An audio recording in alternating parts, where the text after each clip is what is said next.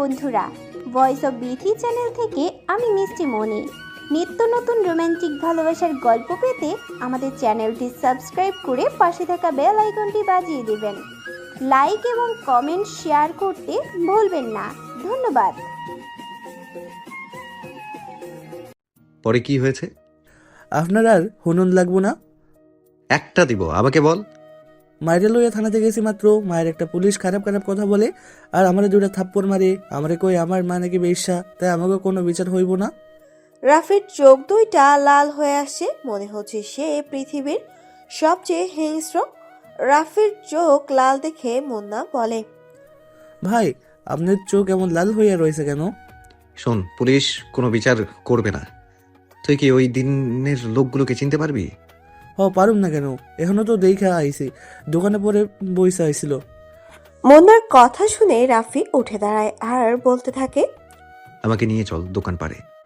মুন্না রাফিকে দোকানের পাড়ে নিয়ে লোকগুলোকে দেখায়। রাফি লোকগুলোকে তার মাথার সেট করে নেয়। মুন্না বলে, ভাই আপনি হেগো দেখিয়া কি করবেন? যদি ওদের মেরে ফেলি?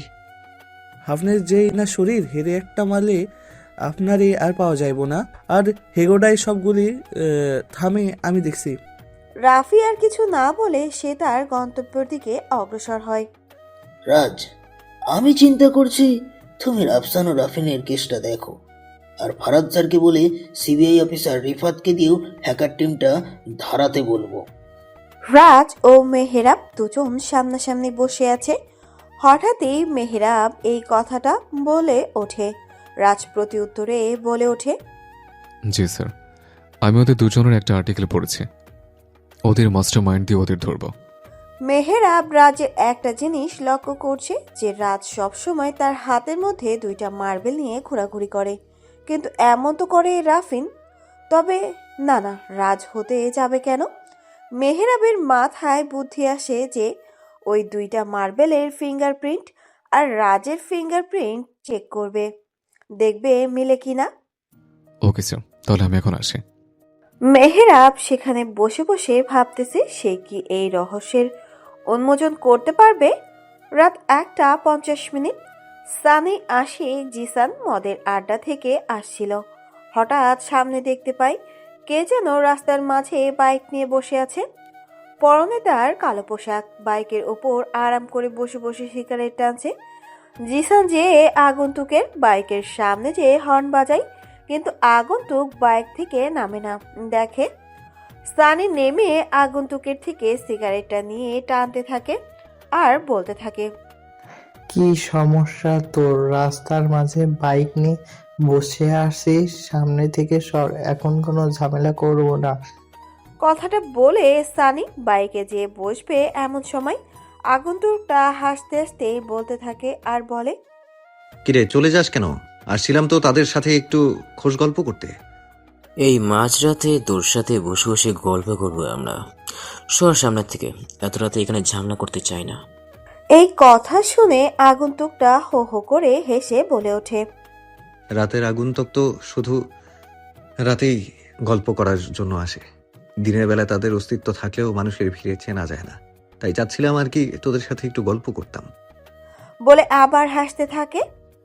দেখ ভাই, তুই রাস্তা থেকে বাইকটা সরা, তুই কালকে সকালে এসে আমার সাথে গল্প করিস। আগন্তুক এবার বেশ গম্ভীর গলায় বলতে থাকে, মুন্নার মার গায়ে কে প্রথম হাত দিয়েছিস? কথাটা শুনে একজন আর একজনের দিকে চাওয়াচাওয়ি করছে। সবাই বাইক থেকে নামে। জিসান বলে, কেন, কি হয়েছে? হাত দিয়েছি বলে ওই শালার বেশ্যার জন্য তুই আমাদের জিজ্ঞাসা করবি? আগন্তুকের যেন কথাটা সহ্য হয় না, তাই সে আবারও বলে, তোদের মধ্য থেকে কে প্রথম দিয়েছিস সেটা বল। সানি বলে, আমি দিয়েছি হাত প্রথমে। কথাটা বলতে দেরি, কিন্তু আগন্তুকটার পেছন থেকে .38 রিভলভারটা বের করে সানির পায়ে গুলি করে। পরিবেশটা এখন বেশ থমথমে। চারপাশে পিন পিন নীরবতা। দূরে দূরে কুকুরগুলো ঘেউ ঘেউ করছে। ল্যাম্পপোস্টের ঘোলাটে আলো চারপাশ ভরে গেছে। কারো মুখে কোনো কথা নেই। আগন্তুকটা এবার বেশ জোরেই বলে, কেন তোরা মুন্নার মার সাথে এমন করেছিস? জিসান ভয়ে ভয়ে বলতে থাকে, খুব বড় একটা পার্টি ছিল, ওকে নিয়ে গেলে আমাদের অনেক লাভ হতো, কিন্তু ওই শালি আসলো না, তাই জোর করে তুলে আনছি। আর এই তোর বেশ্যামাগের জন্য এত দরদ কেন? নাকি তুই ওর কাস্টমার ছিলি? কথাটা জিসান বলা মাত্র একটা গুলির শব্দ। এবার আর কারো পায়ে গুলিটা লাগেনি, সোজা জিসানের কপালে লাগে। জিসানের দেহটা নিস্তেজ হয়ে গেছে। এটা দেখে আশিক চিৎকার দিয়ে পেছন থেকে গান বের করে আগন্তুককে গুলি করতে যাবে। এর আগেই পরপর দুটো গুলি করার শব্দ হয়। 100 ডিগ্রি সেন্টিগ্রেড তাপমাত্রার দুটো বুলেট যে আশিকের বুকের ডান পাশে লাগে। আশিকের দেহটা মাটিতে লুটিয়ে পড়ে। সে শেষে একটা কথা বলে, সানি তুই পালিয়ে যা, এই তোকে মেরে দিবে, চলে যা। সানি এবার খুঁড়োতে খুঁড়োতে আগন্তুকের পায়ে পড়ে যায় আর বলতে থাকে, ভাই কে আপনি? আমাদের সাথে এমন করছেন কেন? ওদের মেরে দিয়েছেন কেন? আমাকে ছেড়ে দেন ভাই। বলে জোরে জোরে কান্না করতে থাকে। এই কথা শুনে আগন্তুকটা উচ্চস্বরে হাসতে হাসতেই বলে, আমি আমি কোনো এক অশান্ত শহরের শান্ত মাইন্ড গেমার। তোদের কিভাবে ছেড়ে দিই বল? কাজ সেটা ছোট হোক কিংবা বড়, তার সম্মান করতে হবে। ছোট কাজ থেকেই মানুষের জীবনযাত্রা শুরু হয়, কিন্তু তোরা কি করলি? থাক, তা আর নাই বলি, কিন্তু দুঃখের কথা হলো তোকেও এখন মরতে হবে।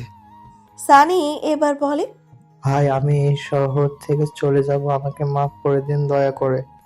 আগন্তুকটা সানির দিকে রিভলভারটা তাক করে, যেন ট্রিগারটাই চাপ দিলেই গরম বুলেট সানির কপালটা ভেদ করে পেছন দিয়ে বেরিয়ে যাবে। সানির সবাই নষ্ট না করে হুট করে আগন্তুকের থেকে গানটা নিয়ে নেয়। কোনো মতে এক পায়ের উপর ভর দিয়ে পকেট থেকে সিগারেটের প্যাকেট আর ম্যাচ বের করে। একটা সিগারেট জ্বালায় আর সেটা টানতে টানতে বলতে থাকে, শত্রুকে কখনো সামনে রেখে বেশি কথা বলবে না, এতে তোরই সময় নষ্ট হবে। পিস্তল এমন একটা জিনিস, এটা যার হাতে থাকবে সেই রাজা।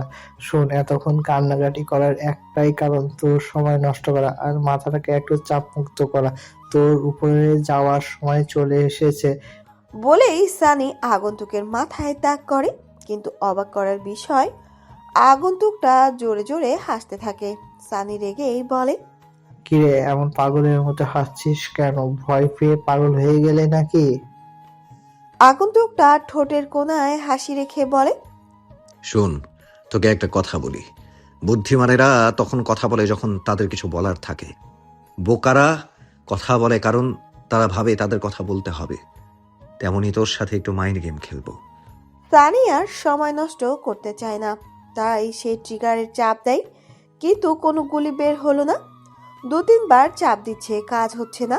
এইটা দেখে আগন্তুকটা হাসতে হাসতেই বলে, বললাম তো, তুই যদি মাইন্ড গেমার হোস তাহলে আমি মাস্টার মাইন্ড গেমার। এখানে ছোট্ট একটা গেম খেললাম তোর সাথে। পিস্তলে কোনো বুলেট নেই, আমি আগে থেকে বের করে নিয়েছি। জানতাম তুই এমন কিছু একটা করবি বাঁচার জন্য। এটা বলে আগন্তুকটা নিচে থেকে সিগারেট নিয়ে চালিয়ে টানতে থাকে। সানিকে আর কিছু বলার সুযোগ না দিয়ে পায়ের বোর্ড থেকে একটা গান বের করে পরপর 4টা গুলি করে। গরম বুলেটে সানির কপালটা ভেদ করে বেরিয়ে আসে, আর 3টা বুলেট তার বুকের ঝাঁঝরা হয়ে যায়। সানি মাটিতে লুটিয়ে পড়ে। চারিদিকে জোনাকি পোকারা নিভু নিভু করে জ্বলছে। হিমেল হাওয়ায় পরিবেশটা মনোরম হয়ে উঠছে, কিন্তু চারপাশে রক্তের গন্ধে মম করছে। পরিবেশটার সাথে রক্তটা মিলছে না। হয়তো কিছুক্ষণ পর রাস্তার কুকুরগুলো লাশগুলো খুবলে খুবলে খাবে। আগন্তুকটা মুখের সিগারেটটা ফেলে বাইকে এসে বসে আর নিস্তব্ধ আধারে মিলিয়ে যায়। ঢাকা বিশ্ববিদ্যালয় থেকে 3টি লাশ উদ্ধার করেছে পুলিশ। এই লাশ 3টিকে ময়নাতদন্তের জন্য পাঠিয়েছে। কে বা কারা এই খুনগুলো করেছে তা এখনো জানা যায়নি। তবে পুলিশের বক্তব্যে তারা আসামিদের ধরে কঠিন শাস্তির ব্যবস্থা করবে। এই হত্যাকাণ্ডটির তদন্ত চালাবে মেহের রব চৌধুরী ও তার দলের কিছু সদস্য। এই ছিল সকাল 8টার খবর। এতক্ষণ আমাদের সাথে থাকার জন্য ধন্যবাদ। খবরটা দেখে চায়ের দোকান থেকে বেরিয়ে যায় রাফি আর জোরে জোরে হাসতে থাকে। রাস্তার অনেকে রাফিকে দেখে বলছে মনে হয় পাগল হয়ে গেছে। রাফি মনে মনে বলতে থাকে, মুন্নার মার সাথে জোড়াজুড়ি করার শাস্তি ছেলেগুলো পেয়েছে। কি হচ্ছে এইগুলো কিছু বুঝতে পারছে না মেহেরাব। সে সবাইকে দিয়ে নিয়ে নিজে মাইন্ড গেম খেলে, কিন্তু আজ মনে হচ্ছে সেই কারো মাইন্ড গেমের গুটি হয়ে যাচ্ছে। এই খুনে খুনি কোনো প্রমাণ রেখে যায়নি, আর আগের খুনটা তো এমন ধরনের ছিল না। কিন্তু কি করে এমনভাবে খুন হয় ভেবে পাচ্ছে না মেহেরাব। স্যার, ময়না তদন্তের রিপোর্ট চলে এসেছে, দেখুন একটু। হঠাৎ সাইফুলের কথায় ধ্যান ভাঙে তার। সে সামনে থেকে রিপোর্টটা দিয়ে দেখতে থাকে যে রিপোর্টটা আসছে খুন যে বা যারা করেছে তারা ভিকটিমদের কিছু দূরত্ব রেখেই গুলি চালিয়েছে, আর ওরা মরার আগে মদ পান করেছে। রিপোর্টে আর কিছু লেখা নেই। মেহেরাবের মনে মনে চিন্তা করছে কিছুদিনের ভেতরে শহরে অনেক কিছু হয়ে গেছে। মেহেরাব চায় খুনিদের সাথে মাইন্ড গেম খেলতে, কিন্তু সে এখনো বুঝতে পারছে না যে কে আসল খুনি।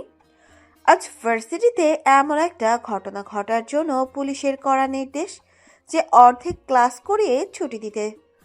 রাফি ভার্সিটিতে এসে সোজা যে আম গাছের নিচে বসে পড়ে। কিছুক্ষণ পর সেখানে ফুল নিয়ে মুন্না আসে। এসে এই রাফির পাশে বসে রাফির দিকে সন্দেহের দৃষ্টি দিয়ে চেয়ে থাকে। রাফি সেটা খেয়াল করেই বলে, কিরে, এমন করে আমার দিকে চেয়ে কি দেখিস? আবার মনে হয় সন্দেহের সৃষ্টিতে চেয়ে আছিস, ব্যাপার কি? দেখতেছি তুমি যে কালকে কইলা হেগো মাইরা লইবা, এটি দেখে আজকে সত্যি হয়েছে। তো তোমার চেহারা দেখে মনে হয় না যে তুমি হেগো মারতে পারবা। আমাকে দেখে তোর কেমন মনে হয়? আমি তোমার চেহারা দেখা মনে হয় তুমি একটা মুরগি জবাই করলে তোমার হাত কাঁপবো। বলেই মুন্না হি হি করে হাসতে থাকে। তো আমার মনে একটা প্রশ্ন, যে কে এই খুন গিলা করছে তারে তো আবার ধন্যবাদ দিতে হইব। রাফি আর কিছু না বলে ক্লাসের দিকে চলে আসে। স্যার ক্লাসে ক্লাস করাচ্ছিল, হঠাৎই স্যার একটা প্রশ্ন করে ফেলে। প্রশ্নটা হলো যে, ধরো তুমি তীব্র জ্বরে আক্রান্ত, তোমার মনে হয় ঠান্ডা অনুভব করছো, কিন্তু অন্য কারোর কাছে তোমার শরীরটা গরম মনে হয় কেন? ক্লাসের অনেকেই একে অপরের দিকে চাওয়াচাই করছে কি হতে পারে উত্তর। প্রথম ব্রেঞ্চ থেকে সবারই একই উত্তর, তারা কোনো সময় এমন প্রশ্ন শোনেনি। শেষের ব্রেঞ্চে রাফি মাথাটা নিচু করে বসে আছে। এবার রাফির পালা। স্যারের প্রশ্নের জবাব তার কাছে আছে। স্যার বলে, তোমাকে আবার প্রশ্নটা করব নাকি এমনইভাবে দাঁড়িয়ে থাকবে? উত্তর জানা থাকলে বলো।